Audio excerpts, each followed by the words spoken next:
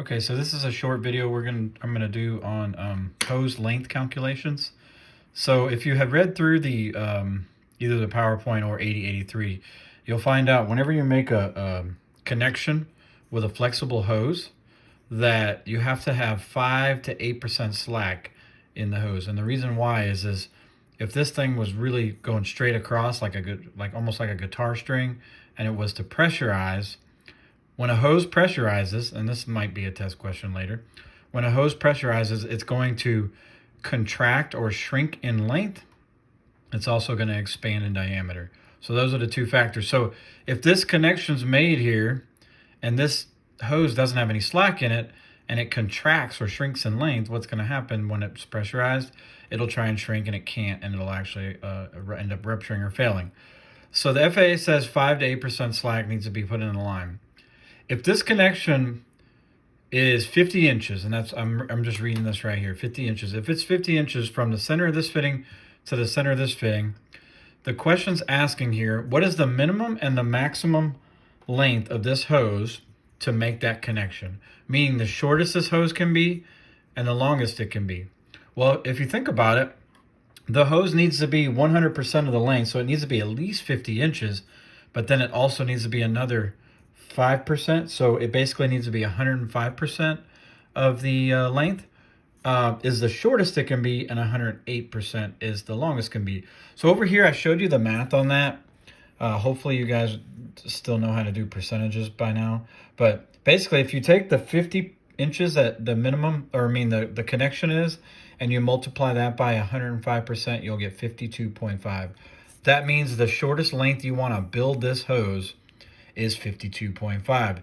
And then the longest length you'd want to build it is the 50 inches from fitting to fitting, and you'd multiply that by the 108%, and that would give you 54 inches. So over here's the two answers to that question. 52.5 would be the shortest, and that would be 5% slack.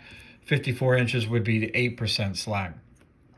Because the FAA also doesn't want you to make these hoses too long, or now it's going to end up getting down into whatever's here, or it's going to be too much slack. So basically between the 105% and 108%.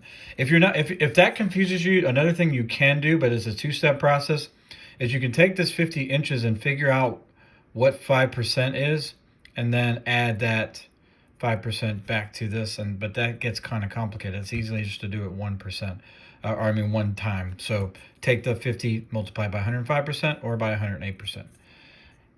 That's the answer to that question. I want to do one more just so you can get to see two examples. Here's another hose, and the fitting from fitting to fitting is 35 inches. So we want 5 to 8% slack. So basically what we have to do is take that 35 inches over here and multiply it by 105%, which I didn't do the math over here, but I did get the answer over here. And that would be 36.75 would be the shortest you'd want that hose. And then the other way to do it is multiply it by the 35 times the 108%. And the way to do that, it would come out to 37.8 inches. So you basically have the range. You can build the hose anywhere in between this being the lower limit, this being the upper limit. Probably the best thing I would do if this was me, I would probably find center kind of in between those. So maybe build this hose like, I don't know, 37 inches. And on the previous example, you got about 1.5 inches to play with there. I would probably build this hose, 53 and a quarter, something like that, 53 and a half, maybe, just somewhere in the middle. That way, you're well into the range of 5 to 8% slack. Now, if you're building a hose and you have the old hose you're working off of, like let's say there's an engine and the hose has gotten chafed and now it's leaking, easiest thing to do then is just take the hose off the aircraft and build it to the exact same length as the old hose. A lot of times, if it doesn't have swedged on fittings, you can actually reuse the fittings on it and just replace the hose. Although personally, the hose fittings, a lot of times they're cheap enough. I always try and use new ones if I can, rather than trying to reuse them. But some hoses have swedged on fittings, meaning they're crimped on with a hydraulic press. Those can't be replaced. You have to replace the entire hose. And typically that's going to be done. There'll be a part number on the hose or in the illustrated parts catalog, and you just order the entire assembly. But if you're building a hose like we're going to do in project number 4, and it has replaceable fittings, it has to have it unless you have that special tooling, then you can actually take these.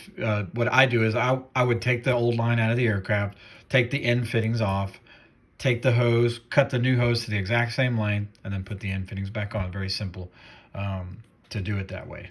I like to refer it as a redneck blueprint. Very easily to do. Anyways, this is a very short video on hose length, and there's a couple questions like that on the worksheets, quizzes, and tests. So I just wanted to make sure I had covered the mathematics on that. Anyways, you guys need to be finishing worksheet number 1 and be ready for a quiz shortly.